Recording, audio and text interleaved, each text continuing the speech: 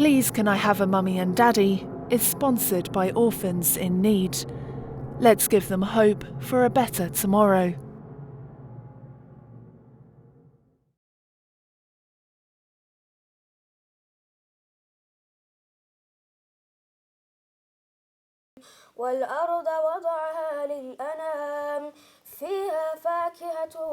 In the previous documentary, we discussed how adoption represents a new chance at normal family life. We've also learned about the emotional impact on children who wait to be adopted. Now, this alone is ample reason for Muslims to come forward to adopt, but we've not yet considered the most important reason, and that's to keep these children within the fold of Islam. رب المشرقين ورب المغربين فبأي آلاء ربكما تكذبان.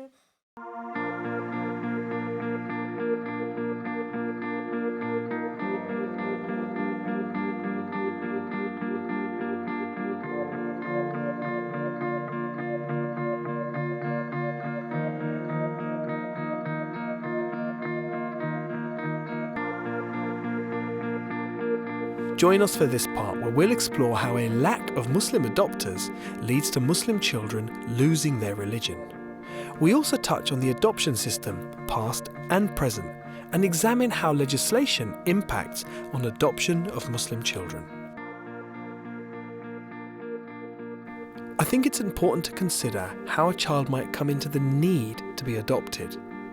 Some children are relinquished at birth, but also a child at risk may be removed by social services. They would then try to work with the family in the hope that the child could be returned. If not, they would then try and place the child with family or friends.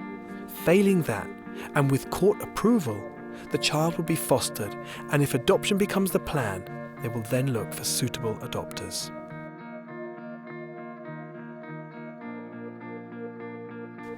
But there's a shortfall of adopters in the UK. To address this, the government had long since widened the pool of potential adopters to include single and gay adopters. Many of you may have heard of a recent case where a London local authority were intending to place a 3-year-old Somali Muslim girl with a lesbian couple.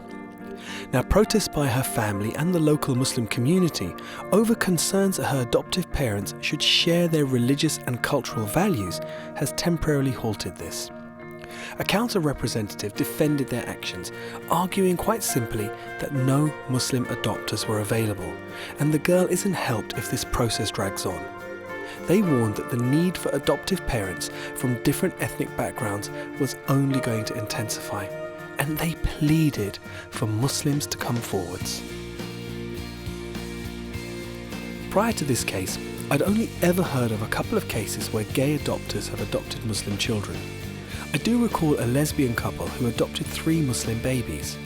Later they took them to Pakistan to help them learn about their cultural identity. Muslim children can be placed with adopters who are not Muslim, providing they're willing to actively develop the child's religious, cultural and racial identity. But since Islam is a lived experience that permeates every facet of daily life, supporting a child's Muslim identity presents significant challenges for non-Muslim adopters, especially when compared to Muslim adopters. Local authorities simply can't wait around for the same faith match to come forward, and so it's not that unusual at all for Muslim children to be adopted by non-Muslim families, particularly where only one parent is Muslim. The shortage of adopters means that social workers often can't differentiate between the various groups, such as Qadianis, Shias and Sunnis, when finding families. They just can't let children linger in care if another loving family becomes available. In the matching process, as well as faith, social workers have to consider many other factors that could have an impact on the long-term success of an adoption. Social workers will be looking for the best possible adults who will love and cherish the child and best meet the needs of that child.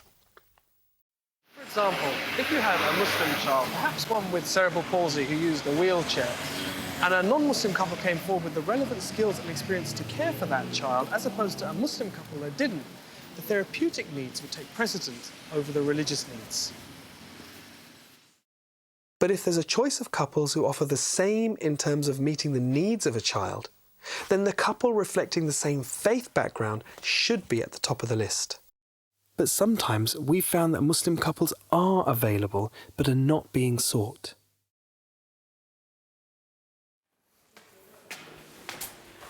Today I'm here to meet a brother who had just such an experience.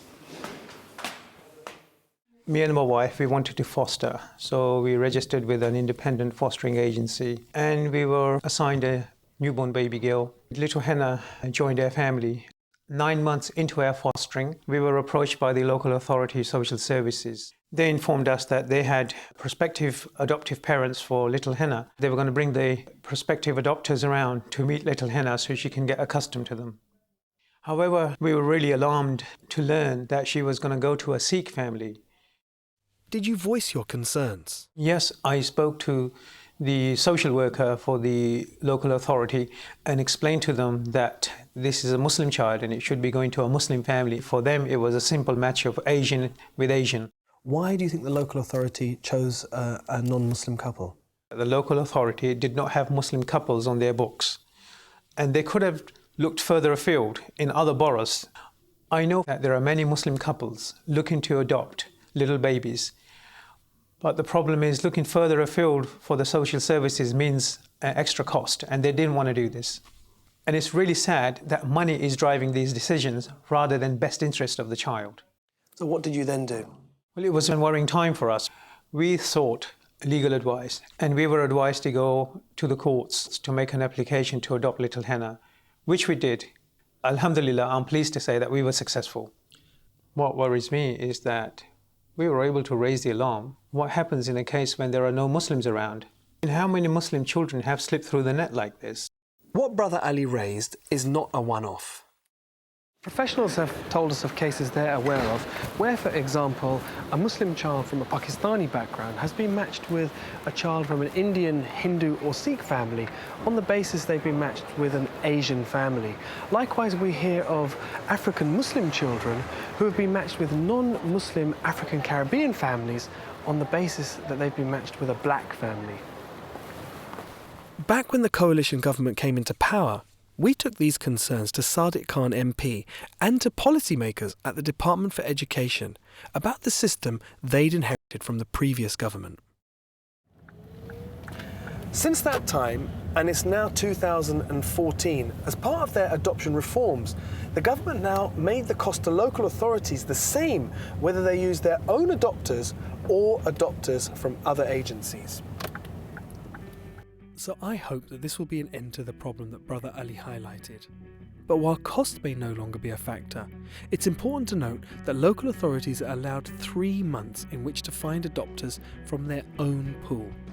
If this pool doesn't consist of Muslims, what with the government's emphasis on speeding up adoptions, and with the child's religion now less of a consideration, it's likely that Muslim children will continue to be placed with non-Muslim families. So what are we doing about this?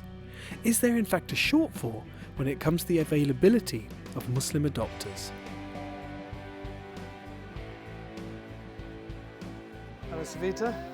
I decided to ask Savita, in her capacity as ethnic minority consultant for BAF, the British Association for Adoption and Fostering, if they were aware of the problems in getting Muslim adopters to come forward when trying to find a family for Muslim children.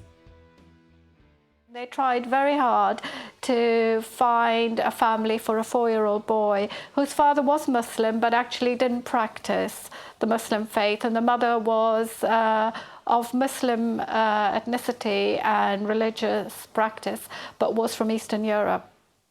And they tried very, very hard to find a Muslim family for this little boy. And in the end, when they couldn't find one, and they'd waited, I think, at least 2 years, they decided to go with a family that was interested in adopting this boy, but the family were Buddhists. And their commitment was to have friends and family who would take this boy to the mosque. They would cook halal food. They would try and give this boy an education as much as they could about living the Muslim way of life. Obviously, in an ideal way, it would be better for a practicing Muslim family in everyday life to have adopted the child, but they couldn't. And how long can they wait? Yeah, exactly. And he was now 4, and he'd been waiting for 2 years, you know, and all he wanted was a family. Savita also told me the story of a Muslim boy living with non-Muslim foster carers.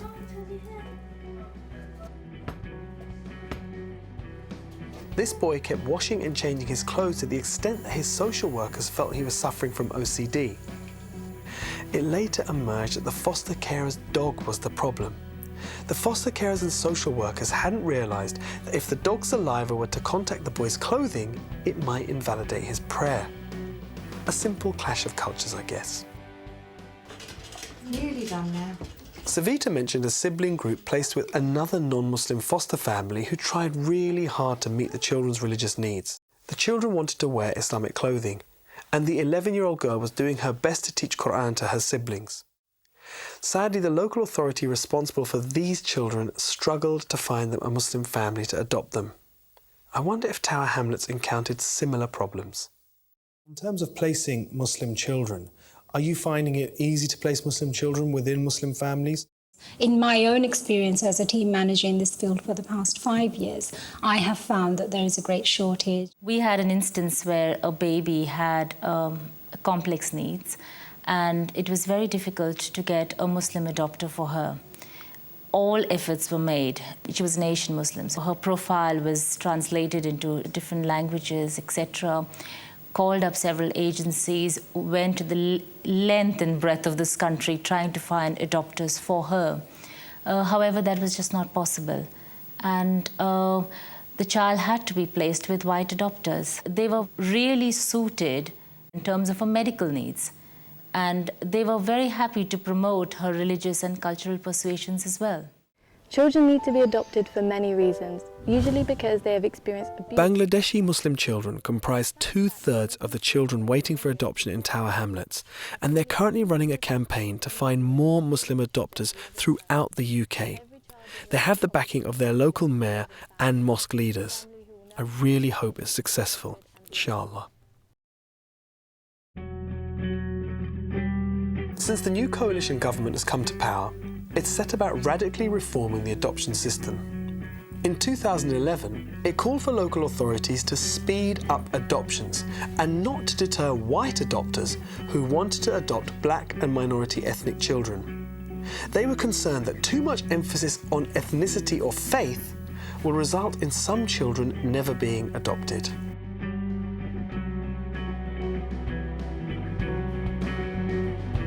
Up till very recently, the 1989 Children Act and the Adoption and Children Act 2002 had required adoption agencies to give due consideration to a child's religious persuasion, racial origin, and cultural and linguistic background when placing a child for adoption. However, the government has recently announced the Children and Families Bill, and that's going to take effect in 2014.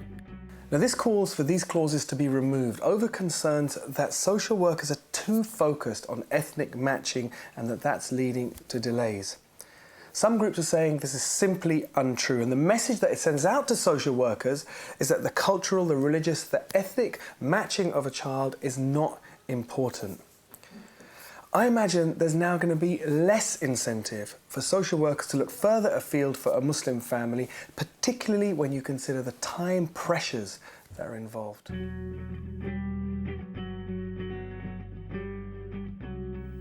For children who have to be adopted or fostered out of faith, we need to applaud and recognise the commitment of these carers, many of whom try their very best to support the child's Islamic needs. But the concern remains that some non-Muslim adopters or foster carers might convey only a superficial or even stereotypical impression of Islam, influenced by media misrepresentation. I wanted to find out if this were true, so I tracked down Arif Atkinson and Pauline Mallory, who were both relinquished at birth by their Asian Muslim mothers and adopted by white non-Muslim families. While Arif had a Christian upbringing, Pauline had no religious upbringing at all. I invited them both along to the local mosque. I didn't know anything about this religion at all.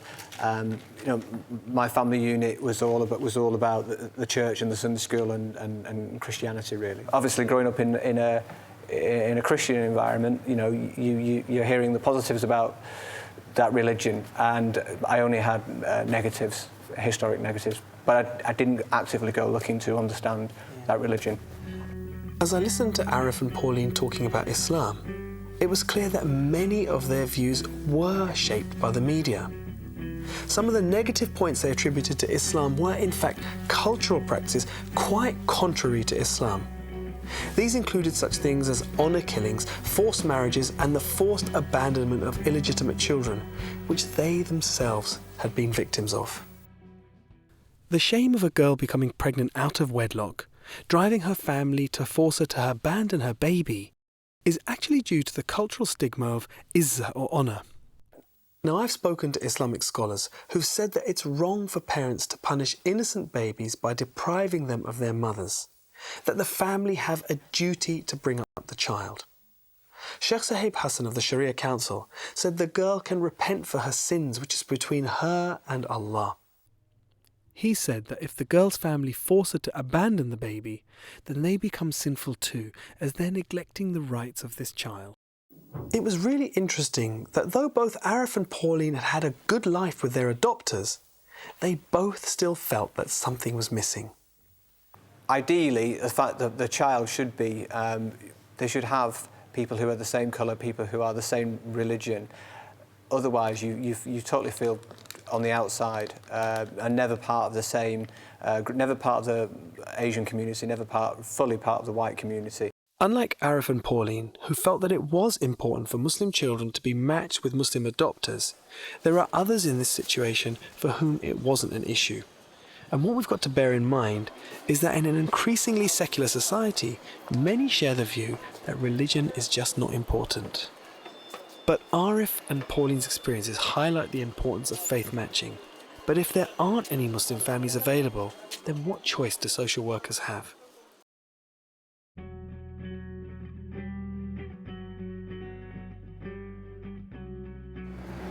And what about the children who never get adopted?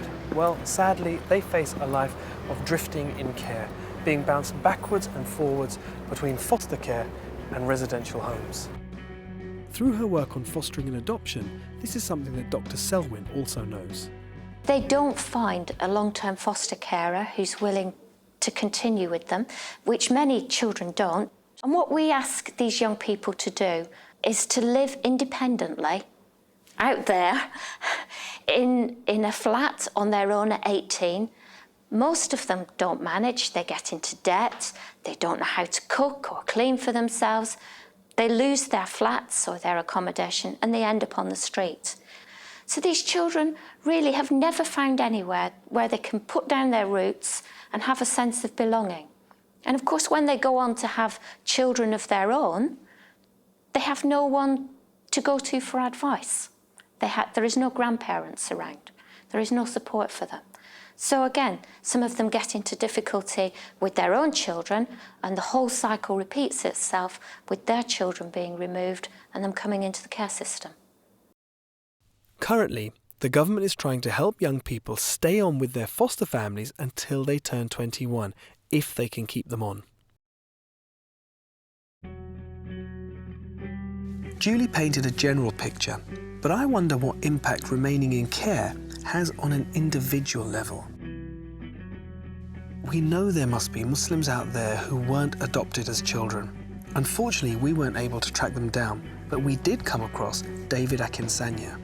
David is an adoption campaigner who was the brains behind a highly acclaimed and cutting-edge Channel 4 documentary called Find Me a Family. This promoted adoption of harder-to-place children. I've come here today to meet David at the beautiful Hackney Canal, where he has a canal barge. So, David, can you tell us a little bit about how you ended up in care? Well, I was born to a Nigerian father and an English mother, and I was illegitimate. And in the 60s, that just, you know, a lot of kids like me ended up in the care system. And I left, like a lot of kids, I left care and went straight to prison. How did that feel, never having a family, being in care from literally from birth until adulthood? I think as a child I felt very lonely, I felt very unwanted, I felt unloved. I think they attempted to have me fostered and adopted when I was between the sort of ages of 6 and 8, but they all failed. So I felt even worse, and I felt like a totally unwanted child. And I think that affected my behaviour and how I interacted with people when I was a child. What sort of things did they do to try and have you adopted? I've seen one of the adverts that they put out to get me adopted. Seeing that advert was kind of sad because it makes you feel bad that you have to push these kids to get people interested in them. Even now as an adult, I find I've spent most of my adult life single, and I think that I've got real problems in kind of having one-on-one relationship. Nobody ever really told me off or told me that I couldn't do stuff. I mean, all I felt that they were doing was containing me. They weren't developing me. All they were doing was providing me with a bed and someone to watch over me. And where did that all end up? Well, I mean, I ended up being physically abused and sexually abused in care. I ended up leaving care, going straight to prison. I suppose I spent a lot of time in what I would call the wilderness, where I didn't really care about myself. I didn't have any idea of what kind of future I could have. I wasn't a bad person. I wasn't a criminal. I was just neglected. And I think because of that, that's why I got into trouble. Once I realised that I could put something back into society, that's when my life changed. Never been in trouble as an adult. I do fostering myself now. I've turned my life around. Research shows that once those children are in a stable, loving, encouraging family, they'll do a lot better than if they were left uncared for in children's homes where they haven't got that kind of intimate relationship, someone actually gunning for you. And so, even though I know people shy away from that kind of adoption, I do believe that these children can change. I was struck by the contrast between how much love and guidance I offer my own children and how little of this David received. And I think there are only so many people out there who are willing, able and capable of being parents to these children.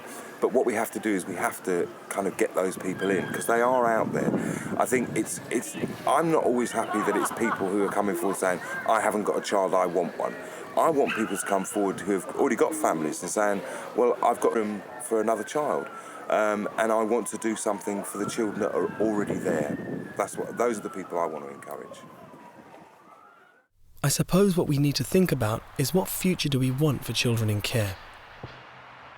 Do we really want them to go through what David went through, effectively spending the whole of his childhood in the care system? When we consider that reality, surely any family where a child is going to receive love and compassion is going to be better than that alternative. And when we think about Muslim children, surely our ultimate aim is that they're adopted by Muslim families. Nowadays, profiles of children needing adoption are publicised in magazines such as Children Who Wait, which is run by Adoption UK, or Be My Parent, which is run by BAF.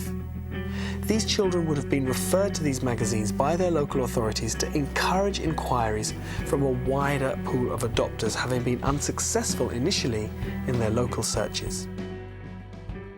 So these are all actual children who are currently waiting to be adopted? Yeah, indeed. We know that the reasons why Muslim children are waiting is predominantly because there are very few babies. There are very, very few babies.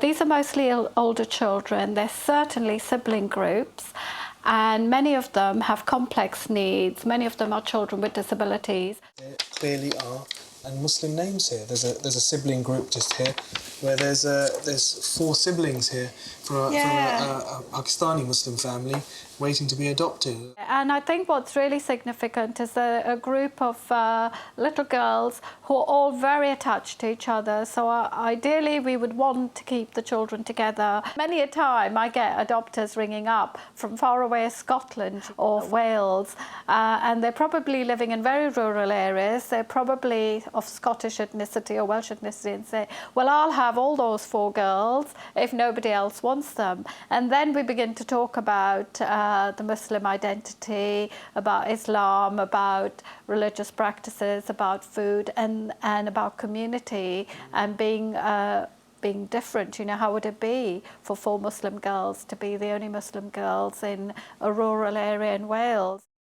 And I see Syra is one of the children, and she's really, really beautiful, isn't she? And what's really interesting is she's got this special little dog that she takes with her everywhere. And I understand the other day the carers took her on holiday and she couldn't find the dog, and she was really, really distressed. And I think that brings out some of the issues about loss and how it must feel like if you have to suddenly being told you've got to go and live with another family. What things will you take with you?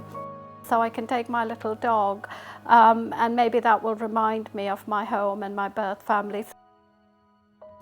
It truly is heartbreaking to see the faces of these little children looking up at you, every one of them hoping and praying to find a family. And I hope and pray that every one of them finds a family. Remember that it's not just the number of children who are seeking adoption, but the length of time an individual child may have been waiting. Some of these faces appear month after month, and some wait years, and it's sad. It's sad, really, that the most commonly occurring Muslim name in these adoption magazines is Muhammad. What we can aspire to do is to be available for these children as and when the need arises, whether it's adoption or long-term fostering, as both of these provide a permanent home for these children. What we also need is more short-term foster carers, because the reality is that when Muslim children are fostered by non-Muslim families, they often then go on to be adopted by those same families. But what became of little Layla?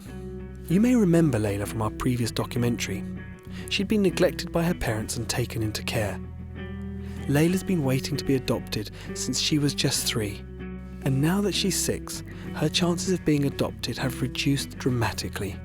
So I ask again, what is the future for Layla? We've seen the plight of these children, yet despite this, I know that there are Muslims who staunchly believe that adoption is haram. Join me in part 3, when we're going to explore adoption in the light of the Sharia.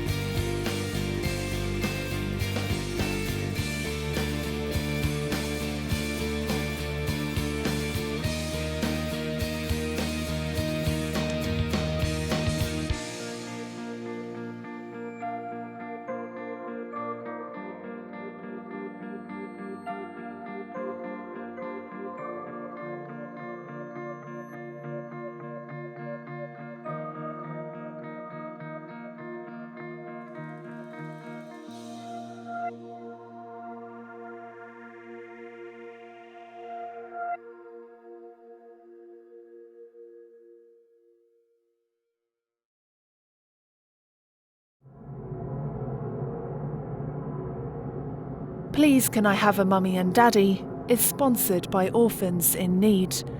Let's give them hope for a better tomorrow.